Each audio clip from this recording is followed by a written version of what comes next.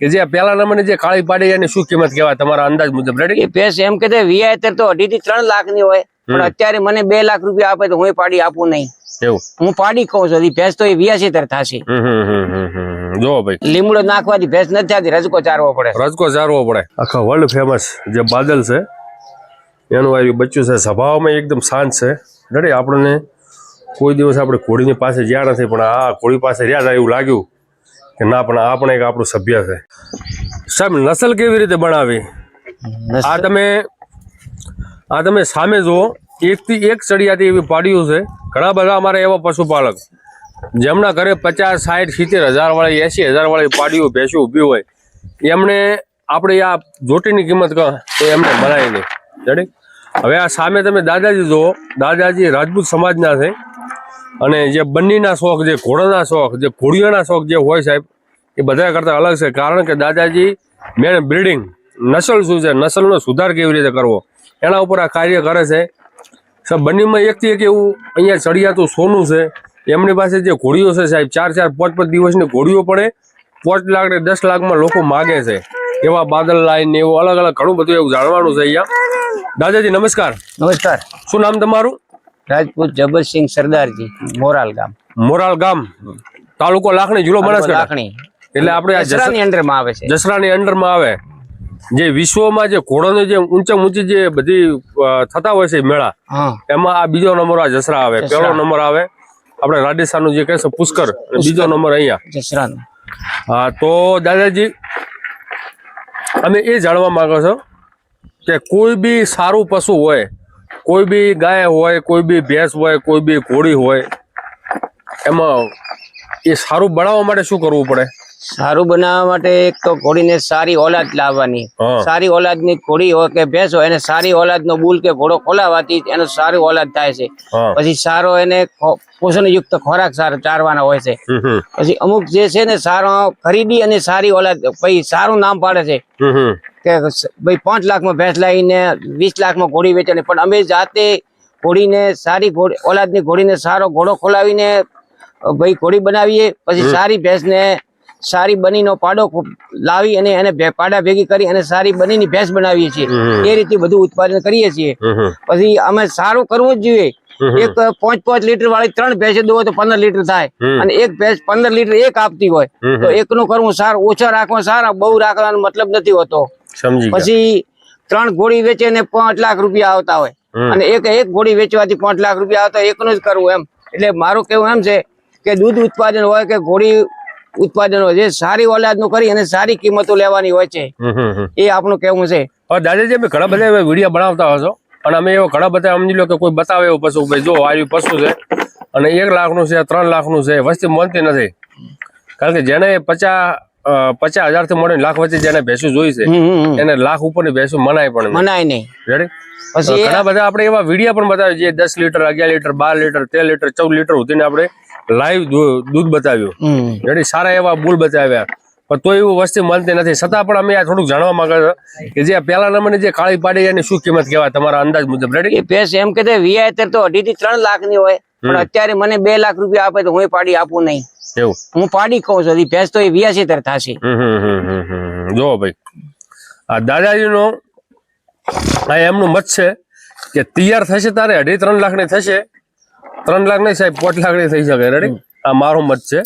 બાકી 2 લાખ ની તો હાલમાં કહેવાય. કઈ ખામી નથી સાહેબ. દૂધ કેટલાનું પીધી છે બા, અને દૂધ કેટલાનું પી લીધું છે આને તમારા મત મુજબ? એને લાખ રૂપિયા દૂધ પીધું હશે. હા, લાખ રૂપિયા દૂધ પીધું છે. અને લાખ ની તો 4 પશુ તૈયાર કરવા કેવી રીતે? એક જણ સાહેબ સારી પશુ લાવો, સારો બુલ લાવો, ઘરે તમે પશુ ઉછેર કરો તારે ખબર પડે. લીમડો નાખવાથી ભેંસ નથી થતી, રજકો ચારવો પડે. રજકો ચારવો પડે. અને 5 જણા જોવા આવે પશુ તારે કહેવાય. જો આ ભૂરી પણ સારી છે. તો દાદાજી, આપણે જે આ ભેંસ જોવો છે એની માં કઈ છે? મહેસાણી, બન્ની, નૈડ કઈ છે? એની નૈડ ઓલાદની ભેંસ છે. નૈડ વાળાની ભેંસ. એમાં તમે પાડો સારો વાપરો? પાડો બનીનો.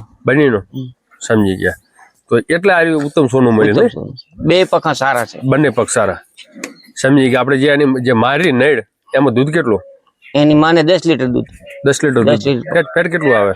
ફેટ આવે 8 થી 8.5. 8 થી 8.5. નેડકટમાં ફેટ સારા આવે. સારા આવે ના? ગરીબાઈ ખૂબ હોય છે. ગરીબાઈ બહુ. તો દાદાજી હવે સમજી લો કે બન્ની અને નેડ રેડી તમે એક સારા એવા જાગૃત પશુપાલન કહેવો. બન્ની અને નેડમાં જે પશુના જે લક્ષણો હોય શું શું ડિફરન્સ આવે? એ ખૂબ ગરીબાઈ હોય છે. હા. પછી બોધેલી ઓછી રહે. ખુલ્લા વાડામાં ખુલ્લા ઝાડ નીચે એને ખુલ્લું ચરવામાં એમાં બહુ મજા આવે. પછી જો બોધીને તમે કેટલું સારો પણ એના કરતા જો તમે ખુલ્લું સારો ને તો 8 લીટર કરતી હોય તો આ 9 લીટર દૂધ કરતી હોય છે. 10 કરતી હોય તો 11 કરે. એ રીતની જે ખુલ્લી ચરીને જે હોય છે બહુ, પણ એને કોઈ રજકો બીજો ધન ઉભો એની પાસે જતી રહેવા દોડવા માંગતી જ નથી. એકદમ ઠંડી જાઓ ઉભી રાખો ત્યાં ઉભી રહે. બે સાઈડ દોવા હાલે, બંને સાઈડ લોકો બે તો બંને બે સાઈડ દોવા હાલે. હવે આ ભૂરી પણ બહુ મજા આવે જોટી છે. એની ટોટલ ઉંમર કેટલી ભૂરીની? 2.5 વર્ષ. ભૂરીની દાદાજી કેટલી વર્ષ? કેટલી ઉંમર હતી? 2.5 વર્ષની. 2.5 વર્ષ. એક જ દિવસનો તફાવત. એવું એમ ને? તો બંને 2.5 વર્ષની એમ ને? એક દિવસ આ મોટી છે ને એક દિવસ આ નાની છે. જે ભૂરીની મારી એનું કેટલું દૂધ છે? 8 થી 9 લીટર છે ભૂરીની માનું. ભૂરી માનું 8 થી 9 લીટર એમ ને? તો પાડે બંને એક જ વાપરેલો કે અલગ અલગ છે? પાડો અલગ અલગ. પાડો અલગ. આને બનીનો પાડો છે, આને બનીનો ભૂરો પાડો છે. બનીનો ભૂરો પાડો. તો આમાં જે થોડો શિંગડે જે પાછળ આયા એ કયું એની માના લક્ષણ છે? એ માના લક્ષણ એમ ને? ના ના ખૂબ સરસ.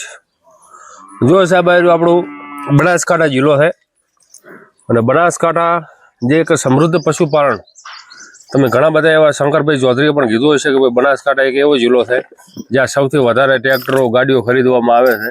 હાલમાં પહેલો નંબર આવે બનાસકાંઠા. જે દૂધ થકી હોય, જે સારા પશુપાલન થકી હોય, જે સારા બ્રીડિંગ થકી અમારા જે આવા વડવાયો જેટલી ઘડા લાલ ભાગડીઓ બેઠી હોય, ધોળી ભાગડીઓ બેઠી હોય એટલી ઘડા કોઈ ચિંતા નથી. તો દાદાજી સારી ભેંસ હોય, સામે સારો એવો પાડો આપી દો રેડી. પછી એની જે પાડીઓ આપણે તૈયાર કરવી હોય તો એના માટે શું એવું પાડીઓને શું દેખરેખ રાખવી પડે, શું ખવડાવવું પડે? વિયા પછી શું એને દેખરેખ રાખવી, કેટલું દૂધ પાવું, પછી એને શું પાવું, થોડું ડિટેલ એને ભેંસને વિયા એટલે એને એક તો બોધવા ચોડવાનું વાતાવરણ ચોખ્ખું હોવું જોઈએ. પછી એને કમસે કમ 2 થી 3 મહિના ભેંસને દૂધ 50% દૂધ પાવો ને તો 25% તો આપવું જ. જે ઢોર થાય છે પશુ તે દૂધ ઉપર થાય છે. પછી દૂધ સિવાય જે ખોરાક આપવો છે એ દાણ છે, મિનરલ મિક્સચર છે, એ બધા જે વિજ્ઞાન પ્રમાણે આપવું જોઈએ. પછી ખોરાક છે આખો દિવસ નાક કરે એને ટાઈમ પૂરતો જ ખોરાક આપવાના હોય છે. આખો દિવસ નહીં. તોલ માપ કે નિયમ થી બધું એ રીતે. પછી બધવાનું વાતાવરણ શિયાળા પ્રમાણે અલગ, ઉનાળા પ્રમાણે અલગ, અને ચોમાસામાં એને ભેંસને કે ઘોડીને રક્ષણ પ્રમાણે બધવામાં છોડવામાં અંદાજ હોવો જોઈએ. પછી એને દવાની અમુક ટ્રીટમેન્ટ જો લાગે એવું તો કરાવવાની. બાકી જે અમારી ખોરાક એવો છે કે બને એટલે દવા ઓછી જ આપવી પડે છે ભેંસને કે ઘોડીને. એવું અમારું વાતાવરણ જ એવું છે. સમજી ગયા. એટલે કોઈ બી પશુ વિયાય એટલે શરૂઆતમાં 2 થી 3 મહિના એને ભરપૂર માત્રામાં દૂધ આપવું જોઈએ. હવે સમજી લો કે દાદાજી ઓમ જોવા જાવ તો અત્યારે તો બધા આર્ટિફિશિયલ દૂધ આવી ગયા એટલે કે મિલ્ક રિપ્લેસર કે જે આપણે માતાનો દૂધ હોય એના વગેરે બનાવટી દૂધ આવે. એનાથી પશુનો ગ્રોથ સારો થાય. એ તમે મોનો વધારે કે જે એનું માનું દૂધ હોય એ સારું? માનું દૂધ સારું. કેટલો ટાઈમ સુધી પાવો તો સારું રહે? 2 થી 3 મહિના સુધી દૂધ સારું આપે. 2 થી 3 મહિના વધારે આપો સારું, બાકી એટલું તો મિનિમમ સારું પડે આપણે. એવું એટલે તમે જે ભરપૂર માત્રામાં એને 2 વચળ આપો તો આ 2 થી 3 વર્ષમાં આ ટાઈમ તૈયાર થઈ જાય. આ કેટલા વર્ષમાં આ વીઆઈ જાય? આ 3 વર્ષની વીઆઈ જાય. 3 વર્ષની વીઆઈ 3 વર્ષ પહેલા. જો સાહેબ આ તમે દૂધ પાવો ને એનો પ્રભાવ પડે. તમે દૂધ પાવો એટલે 2 થી 3 વર્ષની અંદર વી જાય, સારું એવું સોનું બને, વજન સારો બને. અને કોઈ બી પશુને સાહેબ તમે 3 મહિના વ્યવસ્થિત દૂધ પાવો ને તો એનો જે પ્રભાવ પડે, એમાં જે બચ્ચા મળે સાહેબ સૌથી ઉત્તમ મળે. તો હવે સાહેબ તમને નેડ ભેંસો બતાવો. દાદી હવે તમે બેહો, આરામ કરો, વધો ને આપણે પૈસા સાથે આ થોડુંક આ લઈ લો પશુ છે જોઈ લઈએ. આપણે આ બંને 2 પાડીઓ બધાઈ રેડી. હવે દાદાજી થોડાક ઉંમર લાયક છે એટલે વૈયાને હેરાન કરવા માંગતા નથી. આ એમણે તમારા પપ્પા જ છે ને? તો હવે જે તમે આ બ્રીડિંગ કરો છો, થોડુંક અમે એને જે બ્રીડિંગ કરી એની જે માયું છે એ થોડું વાસ્તવમાં અમે જોવા માંગે છે. તમે શું ખાનદાન આપો છો, કેવી રીતે ખવડાવો છો એ પણ થોડું અમે જોવા માંગે છે. મિત્રો આ થોડોક અહીંયા એચએફ નો પ્રભાવ વધારે, એચએફ થકી પણ સારું એવું દૂધનું ઉત્પાદન કરે છે, પણ આપણે એચએફ ના અહીંયા વિડીયો હાલમાં ઉતારતા નથી.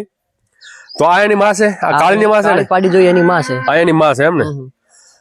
થોડુંક ઓચળમાં એને તકલીફ થઈ ગયેલી છે, પણ સોનું કહેવાય. ગયા વેતરમાં તકલીફ થઈ ગઈ. હા, જે આપણે કહે છે કે એક સારી એવી મુરગી હતી, સોનાના અંડા આપતી હતી, આ સોનાના અંડા આપવા વાળી આ મુરગી છે, જે આપણે જે કાળી પાડી જોઈ એની આ રહ્યા માં છે જો. અને આ નેડ બની કહેવાય, લંબાઈ ચોડાઈ તગડી બધી રીતે સારી, દૂધમાં સારી, સ્વભાવ પણ સાત અને ફેટ પણ બહુ બોળું.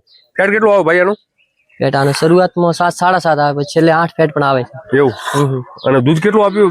વધારે આપે 10 લીટર વધારે. Maximum 10 litre.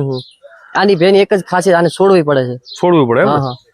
ખૂબ સરસ, ખૂબ સરસ. જો સાહેબ બહુ બળી ભેંસ, અદભુત, ખૂબ સરસ. હવે આરી આ પેલા વેતરમાં વિયાયેલી છે. હા, હાલમાં 5 મહિનાની ગાભણ છે. હાલમાં પણ એક ટાઈમ ને 6 લીટર દિવસનું 12 લીટર દૂધ આલે. કેટલું વિયાણ કેટલું છે? અમે 5 મહિનાની ગાભણ છે. વિયાણ 7 મહિના છે. 7 મહિના 5 મહિના વિયાણ. તો હાલમાં એક ટાઈમ આપે? હા, બે દિવસનું 12 લીટર, ટાઈમ નું 6 લીટર દૂધ. ટાઈમ નું 6 લીટર બંને ટાઈમ આપે છે એમ? હા. વાહ વાહ વાહ, અદભુત અદભુત. સાહેબ આરી બહુ મને સારી લાગી. આ આપણે ઘરની છે કે બારે આવેલી? ના, મેં આ પરચેજ કરીને લાવી હતી. ક્યાંથી લાવી હતી? આ રાજસ્થાન થી લીધી હતી. રાજસ્થાન લાવી? હા. કેટલો ટાઈમ થયો લાયા ને? લાયા ને ચોપરા ને 5 મહિના જેવું. 5 મહિના એમ? કેટલું દૂધ આપે? આ શરૂઆતમાં 9 લીટર હાલે. હા. હાલમાં 3.5 4 મહિનાની ગાભણ છે. હાલમાં 7 લીટર દૂધ હાજર છે. એવું? હા. આ તમને લાગે કે 4-5 વખત લોહી ચડવાથી દૂધ વધશે એવું લાગે છે મને? હા, મને લાગે ખરી. થોડીક ભેંસ હમણાં પતળી પડી છે વધારે થોડીક. એવું? કારણ કે આ ભેંસ દૂધની છે. ભેંસ દૂધની છે, બહુ સારી એવી ભેંસ છે, રૂપાળી છે, જોઈ લો. અને આને નેડ આપણે નેડ કહો, પણ આરી બંનીમાં પણ છે, અને સિંધર ટાઈપની બહુ ભલી અને વજનમાં બહુ રૂપાળી છે. કેટલું ફેટ આવે છે આમાં દૂધમાં? ફેટ માનો પણ બસ 7.5 થી 8 ફેટ આવે. એવું એમ ને? ખૂબ સરસ. જો આ બધા બોક્સિંગથી આજે આપણે સિમેન્ટ કહો એનાથી અહીંયા આ બધું ભરી દીધું છે, જોઈ લો. ગમેણું બનાવી છે નેચરલી. ઉપર મસ્ત એવા લેબડાના સોયલા, પશુ બહુ મસ્ત અહીંયા આરામથી અહીંયા બેસે. જો આ પણ એક નેડ બની, આ પણ એક નેડ બની, જોઈ લો. આમાં કેટલું દૂધ છે સાહેબ? આનું 8 લીટર. આનું 8 લીટર એમ ને? ભૂરી જોઈએ એની માં છે. એની માં એમ? હા.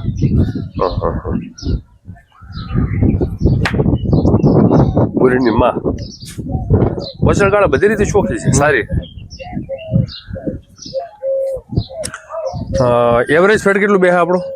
એવરેજ ફેટ હાલમાં 7.5. હવે થોડુંક અમે જે નવા પશુપાલક જે હોય, જે પશુપાલન સાથે જોડવા માંગતા હોય, થોડુંક અમે બેઝિક એ જાણવા માંગો કે પશુને તમે ચારો કેટલા ટાઈમ આપો, કેટલા ટાઈમ પશુપાલક ભાઈઓને આપો છો? લીલો ચારો અથવા સૂકો ચારો આખા દિવસમાં કેટલો ટાઈમ આપો તમે? અમે ચારો 2 ટાઈમ આપીએ દિવસનો.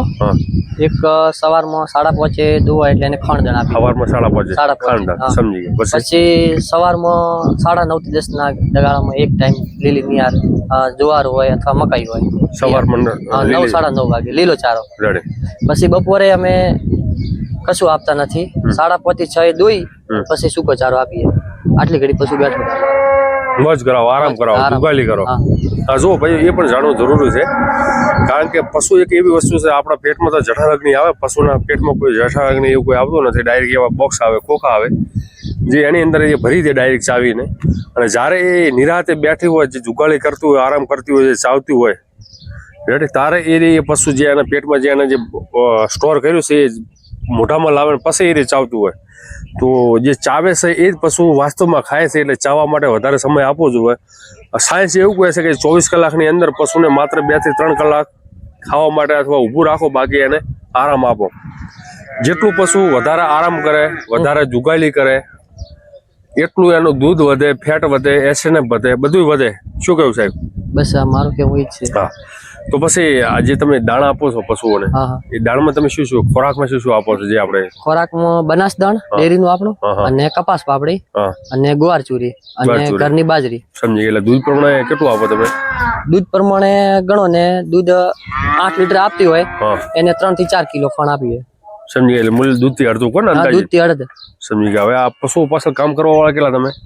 પશુપાલન કામ કરવા વાળા ઘરના સભ્યો 3 થી 4 જણ. 3 થી 4 જણ એમ? બોલ કોઈ માણસ રાખતા નથી એમ? બધું જાતે. સમજી ગયા. હાલમાં આપણે ગાયો અને ભેંસોનું દૂધ કેટલું થાય ટોટલ? અમારે HF ગાય નું થાય છે 80 લીટર ટાઈમ નું અને ભેંસ નું થાય છે 15 થી 20 લીટર નું અંદાજે.